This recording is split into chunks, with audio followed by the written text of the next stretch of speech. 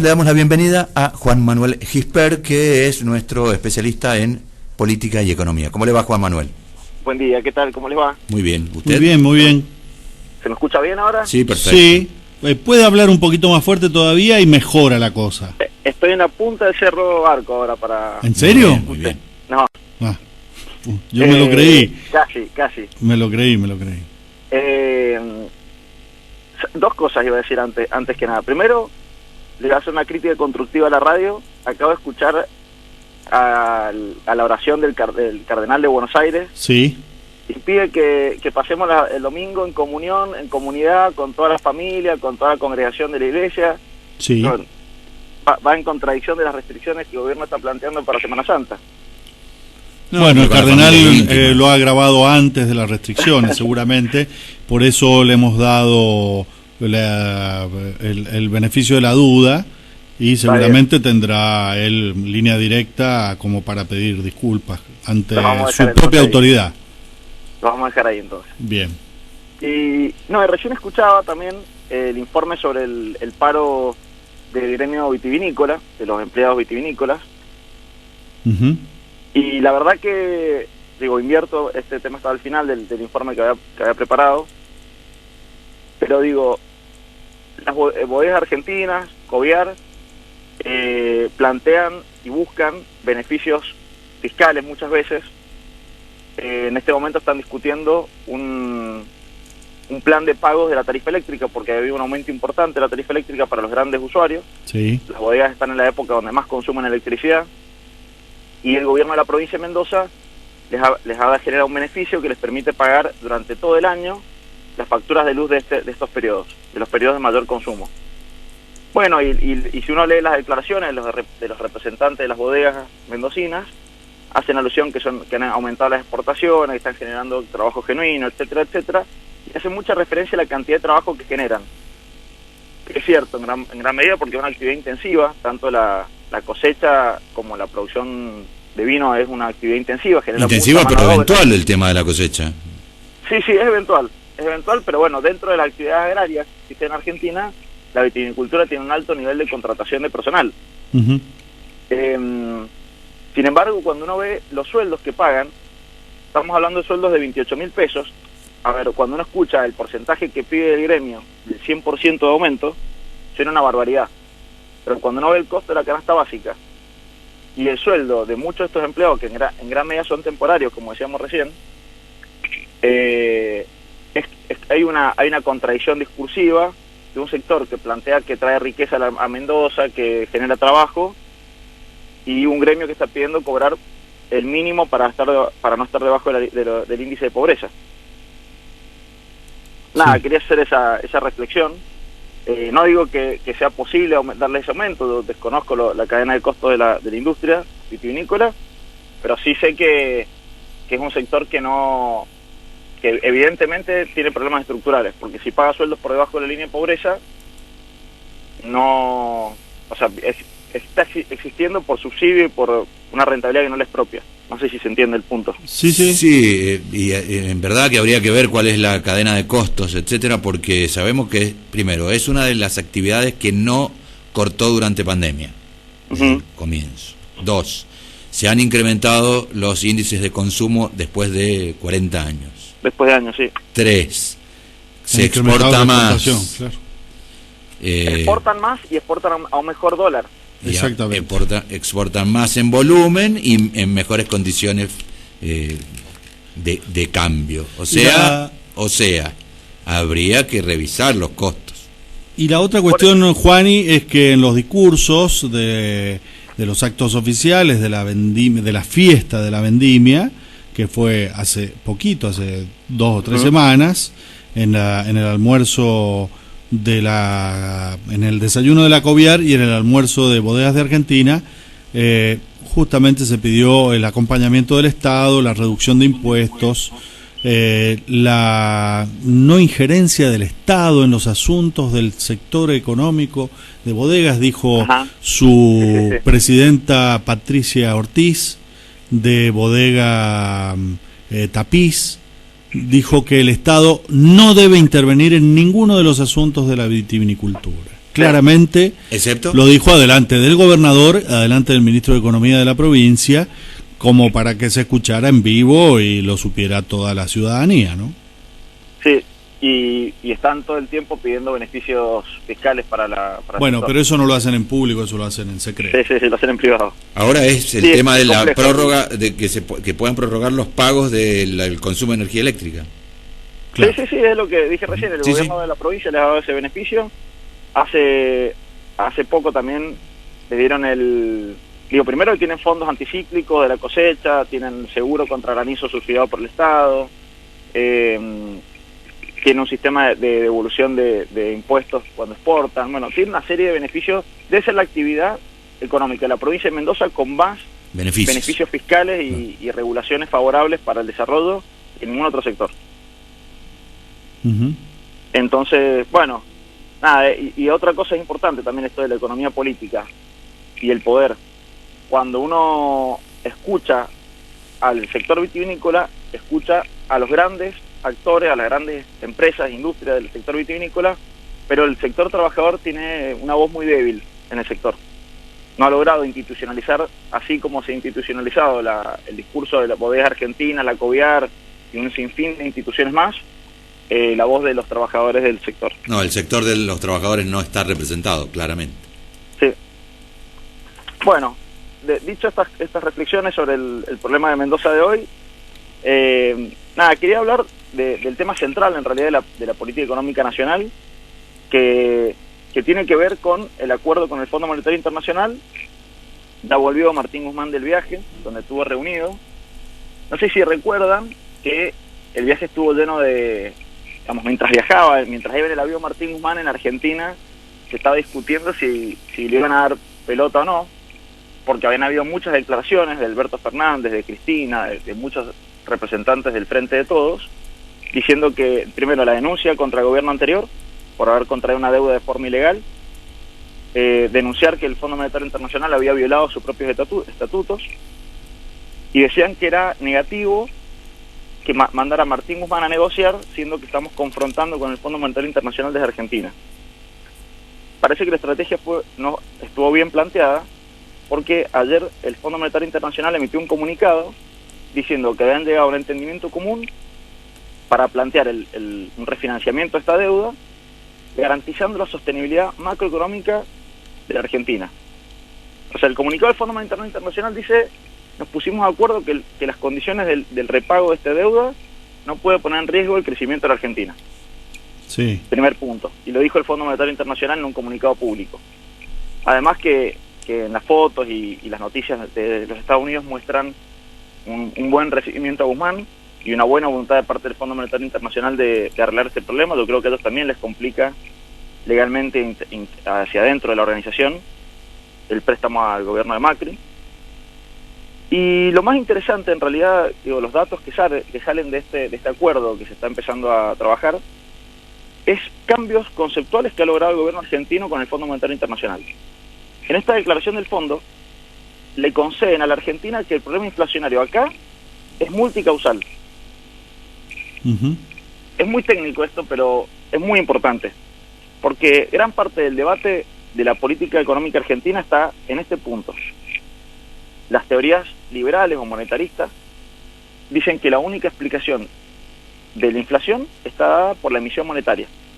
A mayor cantidad de billetes que emite el Banco Central, eso genera que haya más circulante, eso genera aumento de los precios, porque no hay un crecimiento real de la economía. O sea, aumentan los pesos circulantes, pero no la producción de bienes y servicios. Pero eso no es así. Claro. O no es el único factor en todo caso. El gobierno de Macri, que son, más allá de que haya otros intereses detrás, pero son defensores de esta teoría económica, son todos sus ministros de Economía, referentes del Banco Central, etcétera, sostenían este concepto, redujeron la emisión monetaria, aumentando la inflación y la deuda pública. Pero el Fondo Monetario Internacional nace desde estos preceptos, es un organismo monetarista que plantea que hay que reducir la emisión monetaria y que le plantea que el Fondo Monetario admita que la inflación en Argentina es multicausal. Ya esto lo que quiere decir es que el Fondo Monetario no va a poner condiciones que restrinjan el crecimiento económico ni la emisión monetaria. ¿Se entiende? Sí, sí. Otro punto muy interesante, conceptual, dice que reconocen la importancia de fomentar políticas de fomento de exportación y de agregar valor a la exportación. Es lo que veníamos hablando nosotros, que el gobierno hace con el Consejo Agroindustrial Argentino, que busca agregarle valor a las exportaciones que ya hacemos del agro. Esto quiere decir que el fondo va a ayudar a la Argentina o va a permitirle destinar recursos del Fondo Monetario Internacional para el fomento de exportaciones, que es lo que a la Argentina le garantizaría los dólares necesarios para pagar esta deuda. Así que, nada, nosotros la semana pasada hablábamos de los desafíos que tenía el modelo económico planteado por este gobierno y que tenía una espada de Damocles, este programa económico que es el Fondo Monetario Internacional, porque gran parte del programa económico depende del arreglo con el fondo. Bueno, y ahora, viniendo a lo vernáculo, Juan Manuel, ¿qué pasa con esto de los beneficios a las provincias del norte y una nueva amenaza sobre la economía de Mendoza? A ver, primera reflexión política, antes de entrar en el plan de gobierno de reducir los aportes patronales, de subsidiar los aportes patronales a las provincias más pobres de la Argentina. A las empresas. A las empresas de las provincias más pobres. Digo, tal cual. No es que los empleados estatales, que las cargas previsionales de los empleados estatales vayan a ser subsidiadas. Sí, muy importante esa aclaración, muy importante. A las empresas digo, porque también es algo que se exige, las empresas viven planteando la necesidad de bajar el costo laboral, sí. Siempre se hablan de los impuestos del trabajo, que no son impuestos, pero sí le llaman. Sí, señor. Primera reflexión, Mendoza hace alarde de su saneamiento institucional, de su economía, que somos la provincia de ejemplo, el Mendoexit, el otro día hace una nota donde Suárez planteaba un sistema independiente de la Argentina. Una especie de... Y hoy salen reinado. todos los funcionarios mendocinos desesperados para entrar en ese programa, aduciendo los problemas económicos que tiene la provincia. Como contradicción ahí para marcar en lo discursivo.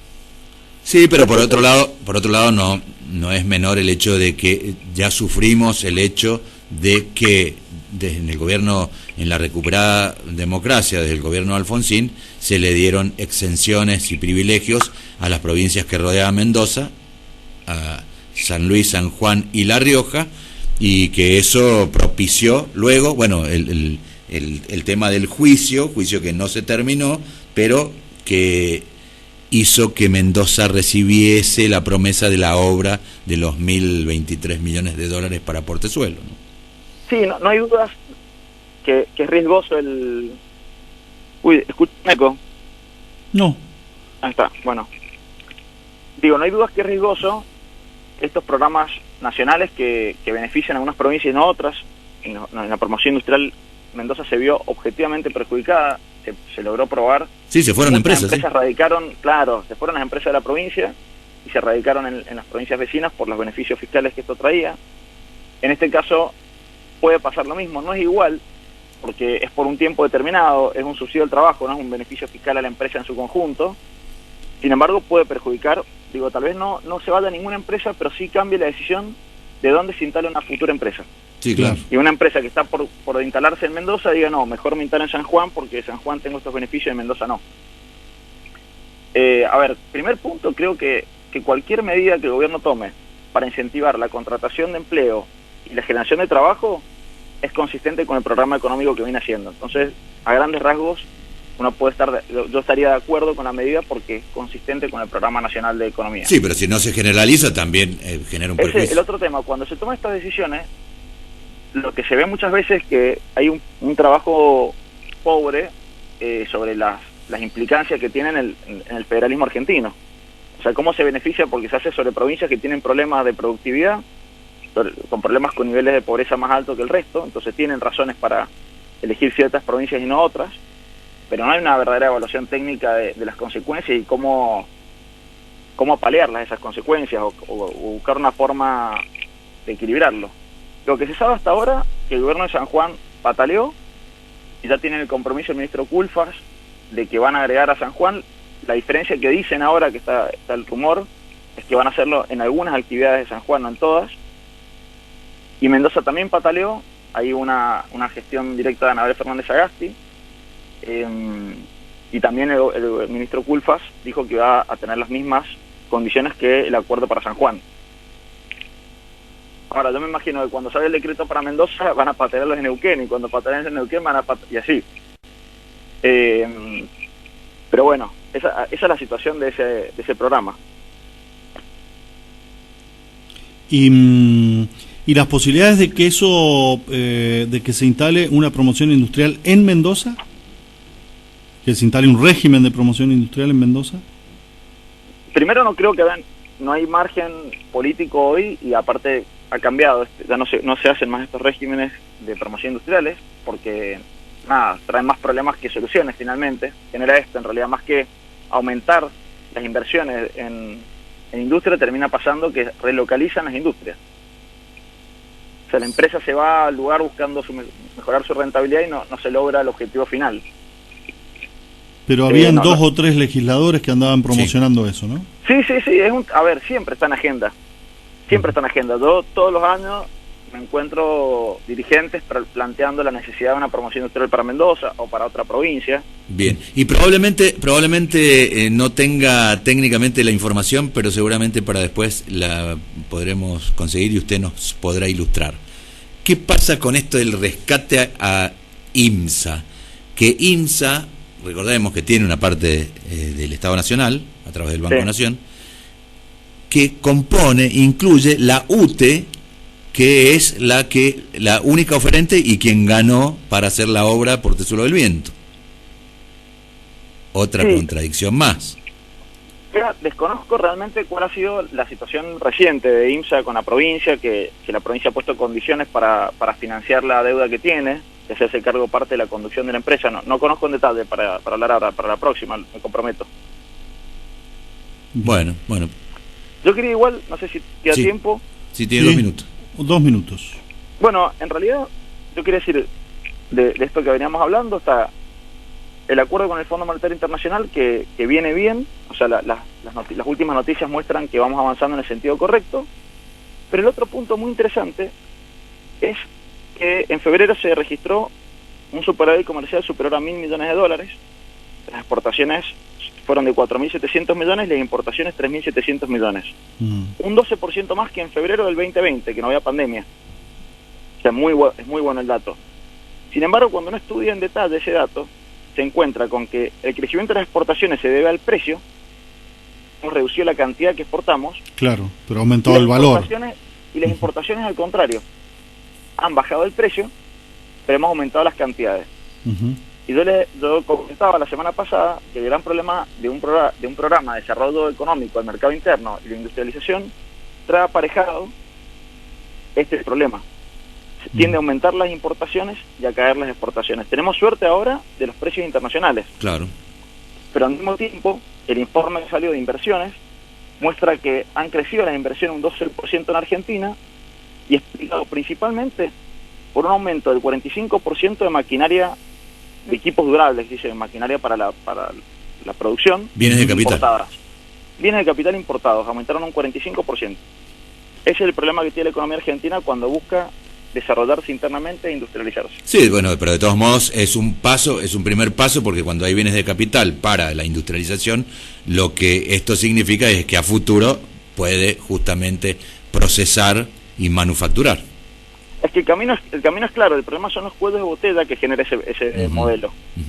Porque a veces te estrangula, o sea, esta inversión productiva te estrangula tu capacidad de tener divisa. Claro, efectivamente. Y no puedes importar después mercadería porque no hay dólares para traer mercadería de afuera. Se frena la producción por falta de dólares, digo. Esas son las complejidades de este programa económico que han planteado Guzmán y Culfas. Bueno, muy claro, Juan Manuel.